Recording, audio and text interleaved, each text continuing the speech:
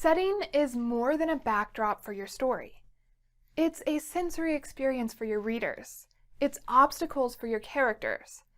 And it's a huge component in determining the genre of your piece. So today I want to talk about building your story stage, why strong setting matters. Some readers choose a book because of its setting. Use that. Flesh out your setting and use it as another way to entice readers to choose your story. Also, understand that setting is more than just time and place. This is Ignited Ink Writing, a channel dedicated to helping authors like you transform your writing so it lingers with your readers. Because writing that lingers gets remembered and recommended to others. I'm Caitlin Burvey, editor and writer. Let's start with what setting is. According to Merriam-Webster, the dictionary, setting is the time, place, and circumstance in which things occur. What that means for creative writing, both fiction and nonfiction, is setting is everything from time to climate to culture. I like to think of setting in three big chunks: time and place, environment, and society. Regardless of your genre, you need to address all three of these components of setting in your story.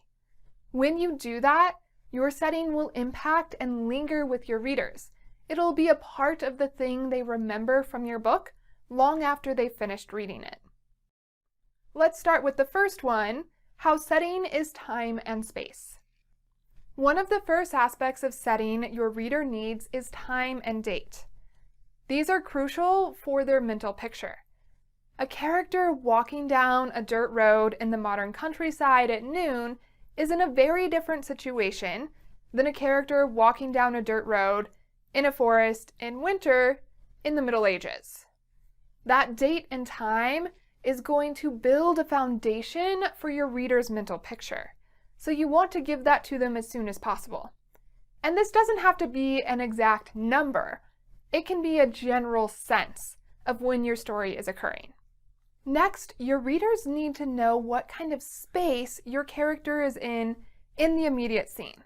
This is especially important if this is the first scene in your book. What I mean by this space is your character in their bedroom? Are they in a spaceship? Are they riding a horse outside? Where are they in this scene? Also, you want to reveal whether or not that setting is a threat. William A. Liggett does this well in the first line of his novel, Watermelon Snow. It's immediately obvious that the setting is dangerous. Here's that line. The thick layers of ice groaned and let out a deafening crack. In this scene, two of Liggett's main characters are taking ice samples from a glacier. So cracking ice could mean their deaths. This is a huge stake, and it's an important obstacle. The setting is an obstacle throughout the story. The best way to develop the space aspect of your setting is to have your characters interacting with it. Liggett does this by having his characters take ice samples, but you don't need to start in such a dangerous place. Your character could interact with their setting by knocking over their coffee cup, or they could place the final tile on their kid's new playset. Or they might be running into a building to escape the sleet. Either way, have your characters interacting with your setting.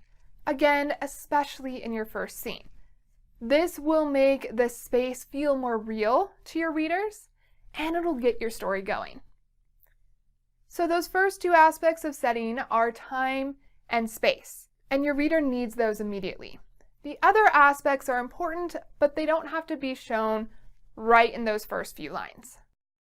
So let's move on to how setting is environment.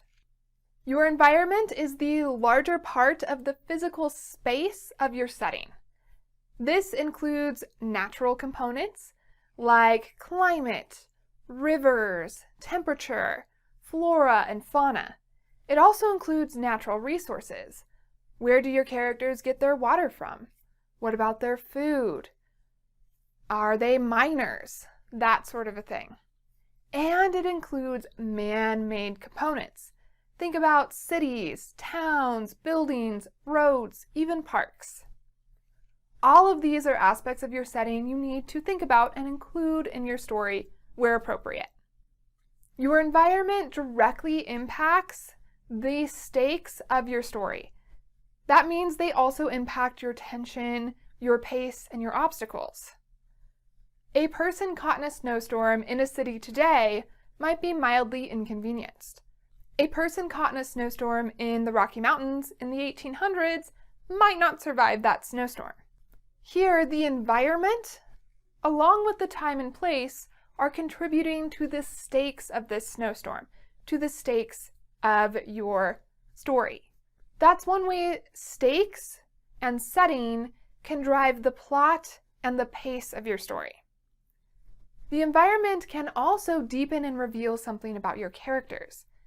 Kate Janeska uses this aspect of setting in her short story Prince Charming from Proof, a 30th Street fiction anthology.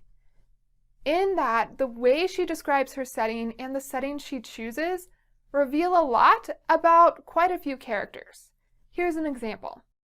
The Blue Moon RV park slides into view around a bend of the shallow canyon, looking like the least likely place on Earth to find a prince. The campground sign, faded in the New Mexico sun, is flaking off in strips, and behind it, a widening of canyon holds a grove of lucky trees. The isolation of this place reveals how this prince is different from all the other ones in this story. Instead of seeking admiration and fame and attention, he values his privacy. This also shows how far the main character is willing to go to find this prince. She's been searching for him everywhere, including this RV park that most people have never heard of. When developing and choosing the environment of your setting, make sure it provides opportunities for you to deepen your characters and advance your plot. What does the climate say about your character's preferences? How does that impact the events of your story? What about the neighborhood your character chooses to live in? What does that say about them? How does that influence your plot and your stakes? Give yourself chances to use your setting to create obstacles and to provide something for your characters to interact with. Let's move on to the final component of setting, how setting is society. This final aspect of setting is one most people don't really associate with setting. They tend to think of a physical place. But setting is also culture, traditions, religion, politics. It's people. So the beliefs of your population are a part of your setting. How your character fits into their society determines their resources, their worries, their desires and motivations, and the stakes. If a queen steals a cookie, she's probably not going to face any consequences at all. If a 10-year-old beggar child steals a cookie, she might lose her hand. So the consequences for these two characters are different based on their place in society. Their motivations are also different because of this too. The queen might steal a cookie because she likes to get away with things, or she feels like being ornery, or she just wants one.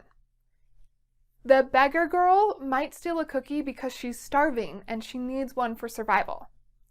These are very different motivations because of the station of the characters, because of where they fit in their society.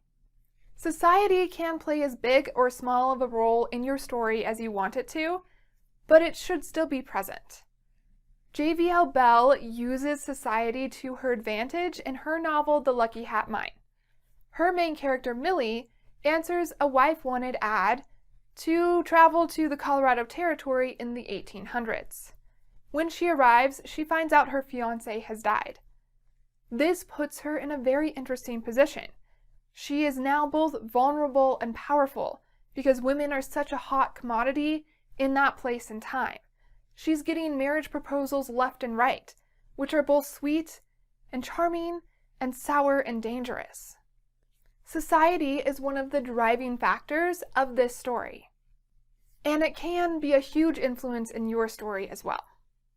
So when you're building your world, when you are choosing your setting, think about the society and how your character fits into it or doesn't. What are your character's beliefs? What is their station?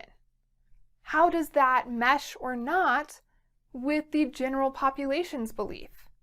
You can use society to create tension or to build alliances or to just deepen your character. So don't forget about that aspect of your setting. Next, I want to share why a professional editor believes in strong settings. A strong setting is one that has been fleshed out. Whether your story takes place on another planet, in the Middle Ages, or in modern Los Angeles, you need to incorporate your setting. Readers should be able to see, hear, feel, smell, and taste the place your story takes place. Through tone, mood, and atmosphere, your readers should also associate an emotion with your setting. What emotion that is up to you. You flesh out your setting by including specific details, like temperature, like climate, like the religions. Specific details make a story feel real. They allow your reader to experience that place.